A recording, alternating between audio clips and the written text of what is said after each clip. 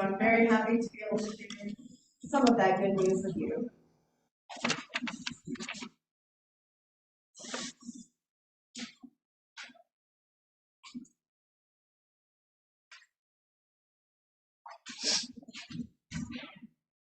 So I am very excited to talk to you today about solidarity, which I believe to be the closest thing we have to a humanist sacrament. A few weeks ago, Pat Hoffman and I were driving to deliver some food to our neighbors that are living in the police station. And I told her that every time we do this, it reminds me of something that the author and secular humanist Kurt Vonnegut said many times. Although he was not a Christian, he said, if it weren't for the message of mercy and pity in Jesus' Sermon on the Mount, I wouldn't want to be a human being. I would just as soon be a rattlesnake. The Sermon on the Mount, for those of you who did not grow up in Bible schools, is the story in the New Testament that gave us the Beatitudes. Jesus' topsy-turvy prophecy of power that says that the meek, the poor, the peacemakers, the hungry, the thirsty, they are the true inheritors of the kingdom of God. Vonnegut added, I am enchanted by the Sermon on the Mount. Being merciful, it seems to me, is the only good idea we have received so far. That's how I feel about all of you. What is sacred to me in this world is what brings us together on a Saturday morning to feed our hungry neighbors, when no other help is forthcoming from our city or our state or our nation.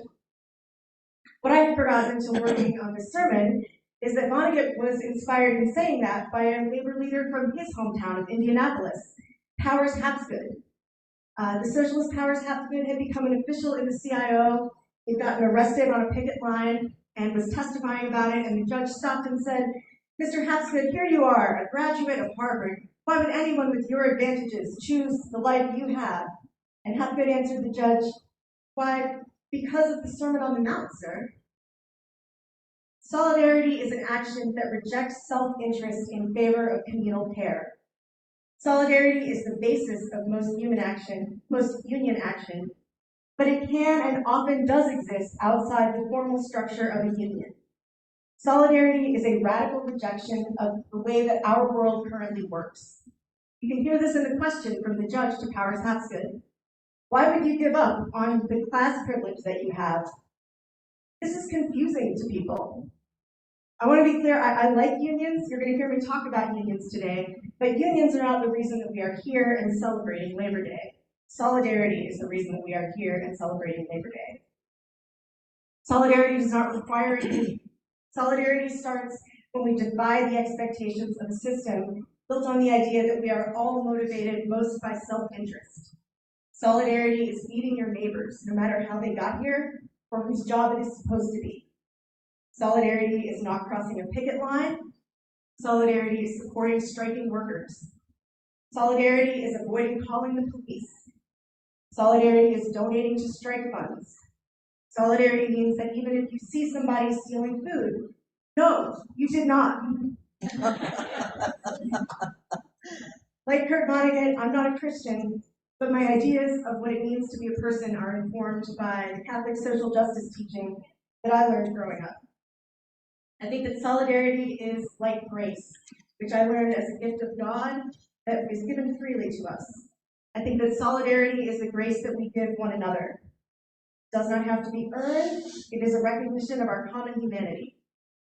You don't have to be in a union to practice solidarity, and being in a union is not enough to demonstrate it. And the person who taught me the meaning and the value and the possibilities of solidarity was Karen Lewis. Karen Lewis was the president of the CTU from 2010 to 2014, stepping down to become president emeritus until her death from a brain tumor in 2021. Karen, along with the Caucus of Rank and File Educators, known as CORE, transformed the CTU into a powerful force, asking all of us to dream bigger by asking these three questions. Does it unite us? Does it build our power? Does it make us stronger? When I graduated college in 2004, a union made a big difference for me. I became a teacher through TFA during the first year that Teach for America was placing teachers in charter schools. And although I was placed in a public school in Washington, D.C., many of my peers were not. So I was paid more, I had better benefits, and I had representation to support me when they screwed up my paycheck, which definitely happened more than once. I think it's interesting also, now I'm going through the loan forgiveness process, and although we had the exact same job, people who were teaching in some of those charter schools are now having a much harder time getting loan forgiveness because although they were serving the same students often in worse conditions, they weren't always nonprofits, and some of them have been closed down, and so it's creating a lot of issues for those folks as well. When I moved to Chicago, I ended up teaching at CPS, but they initially did some funny things with my paperwork and hired me as a substitute. So I was teaching full-time for about $400 a week. And it was only because of the union that I was able to get back pay when they finally corrected that. In 2008, Teacher America was sending 13% of its teachers to charter schools. By 2018, that number was 40%. I think that was spurred both by the need for teachers willing to work for low pay and also a grant from the Walton Foundation that reimbursed them more money to place teachers in those schools. So this is all the context for the work that the CTU did and how bold it was. Nationwide, organizations like Stand for Children, Walton Foundation, and the National Association of Public Charter Schools used a combination of public relations, money, and the problems of the underfunded public school system to create a parallel set of schools that is less accountable to the public, offers fewer protections, and pays its teachers less, and is not available to all children. Charter schools can opt out of serving students with disabilities or language needs they cannot accommodate. They did this on the promise of more efficiency or better results, but neither has been delivered in any significant way. Instead, what has happened is two tracks of employment for what is functionally the same job. And I'd also add that in Chicago, where we have charter schools, those are not the schools that are receiving the kids that are living in police stations and shelters.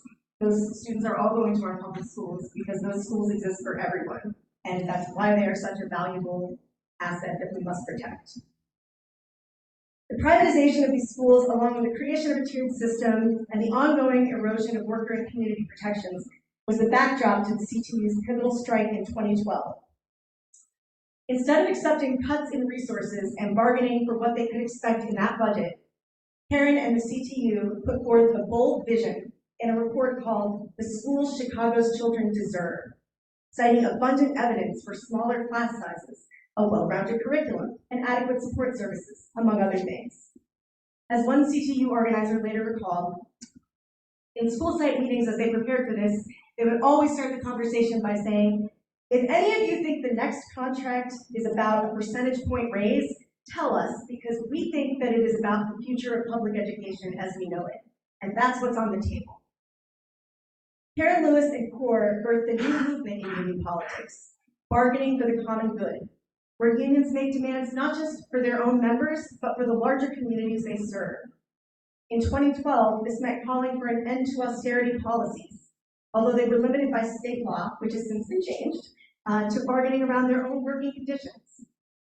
During the 2015 negotiations, CTU proposed a $15 floor for all district employees, beyond their own membership. In 2019, which was my first strike as a parent, CTU won class size limits, the promise, not yet delivered, of a nurse and a social worker in every school. And I want to say that for me personally, this transformed my understanding of solidarity and progress and what we could dream for and demand.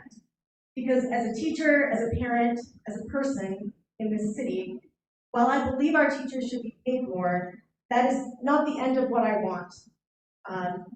What inspired me to support this work and what inspires me every day is the dream of a world that we truly deserve.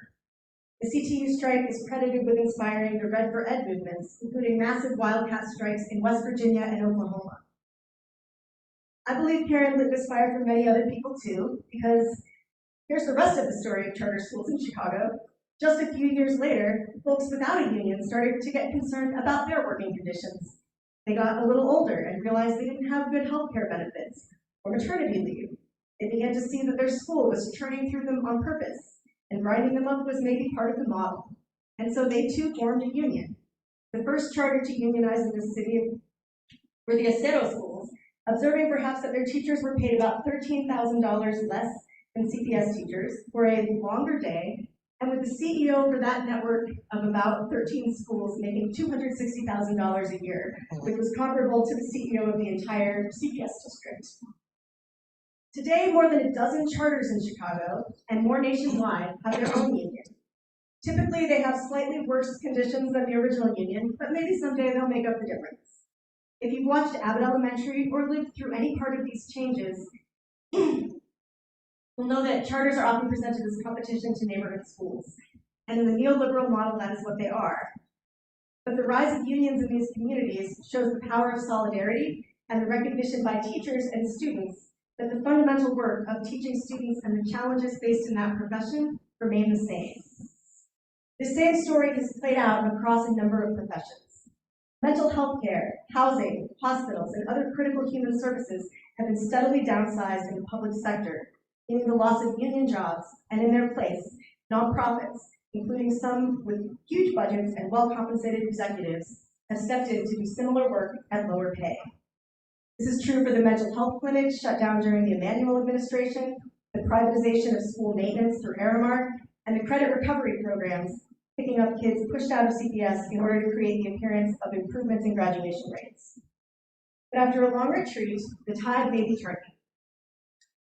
In March, Chicago City Council passed a new labor peace ordinance requiring nonprofits above a certain size to follow the same rules that other employers must about staying neutral and allowing their employees to organize. This followed the unionization of Howard Brown healthcare staff and a long fight between management and employees in January. The union went on a 3-day strike back in January to protest the layoff of 61 employees, including organizers, due to an alleged $12 million deficit. At the same time, the CEO received $300,000 in 2021, gave himself a $100,000 raise during the pandemic, and is building a 5-story clinic on the north side for nearly $10 million. In July, there was like an amazing note to this story just this week, that in July, the NLRB found merit or partial merit in the union's allegations, and just this past week, they had to reinstate 24 employees and provide a settlement to 30 more. So people were concerned about this law passing because it is having material implications and really turning things on the side of the workers in some pretty important ways. Union busting on the left is a common occurrence, especially as nonprofit or left-leaning organizations have grown into privatization of government or public goods. In this system, they are valuable and successful to the extent that they can do more with less. And spoiler alert, the less does not usually come from less executive pay. A partial list of organizations with admirable missions and unfortunate histories of union busting include Planned Parenthood, the ACLU, the Guttmacher Institute, the Center for American Progress, the Trevor Project, the Sunrise Movement, the National Center for Transgender Equality, Housing Works, the Southern Poverty Law Center, Emily's List, Code for America, and those are just national. With the labor peace agreement in place, more nonprofits across the city will be forced to negotiate with their employees. That means more strikes, more solidarity needed, and more accountability for leaders. So what can you do? First, don't believe the hype about every nonprofit, or really all nonprofits. And I want to say that I support the work of a lot of those organizations that I just named. It's a complicated situation, and I think that advocating means trying to hold the organizations that you are involved in accountable and pushing them to be better. If you don't know about ProPublica's 990 searcher, I strongly encourage you to check it out. It allows you to look at the tax filings for most nonprofits, and that includes a listing of the 10 highest paid employees, which can be very enlightening when you're looking at information about financial conditions or what workers are asking for. I think we can put pressure on mission-based organizations to recognize and bargain in good faith with unions. We can give locally and act in solidarity, join a picket line. Also learn about the issues that workers are striking against so you can push back against media narratives. I think about the January 2021 strike and how with teachers asking for additional safeguards around COVID, I think it's important to remember that there were no children who had been approved to be vaccinated in January 2021. So for me as a parent, and I think looking at the polling, most parents in the school system, and certainly Black, Latino, and lower income families, were strongly in favor of more safeguards. But the narrative that you would see nationally was as if the teachers' unions were totally unreasonable and parents only cared about getting their kids back in buildings. So it was a very personal example for me of realizing just talking about my own experience and what I felt about it and how I felt the teachers' union was representing my concerns is an important way of pushing back on the narrative that would otherwise exist. I want to be clear that labor unions are not the beloved community. There's a long history of racism and xenophobia in unions, and an equally long history of individuals and groups standing up and standing together. I want to close on a story of solidarity and progress from March of this year. I think, again, a fire lit by Karen Lewis and so many others before her. In March, in Los Angeles, the SEIU Local 99, which is made up of bus drivers, custodians, cafeteria workers, gardeners, social workers, librarians, counselors, and more, teamed up with teachers to announce a 3-day unfair labor practices strike and followed through, with UTLA joining the SEIU on the solidarity strike, the second largest district in the country shut down. This was the first time in history that these unions fought together while both in negotiations. UTLA organizers, so the teachers, said the turning point for them was learning that many of their SEIU colleagues, making an average of $25,000 a year, were struggling to stay in their homes during the pandemic.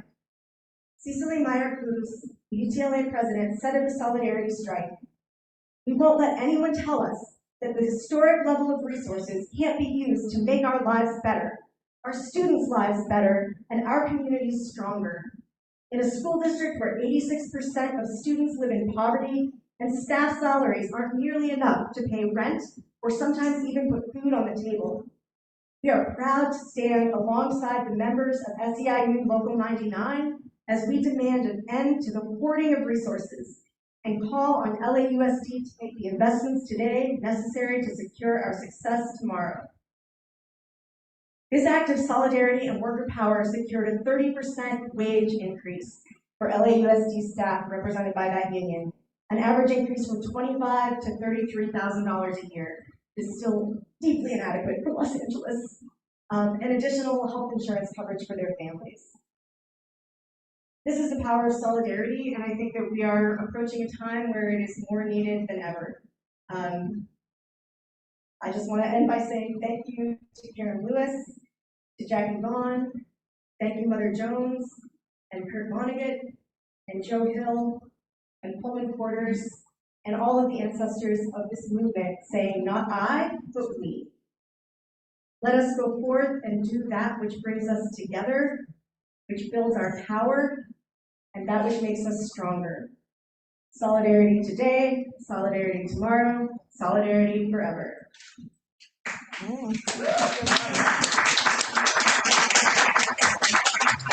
We have a lot of drinking for solidarity forever, so we're going to do the chalice. We're going to say the words to extinguish the chalice.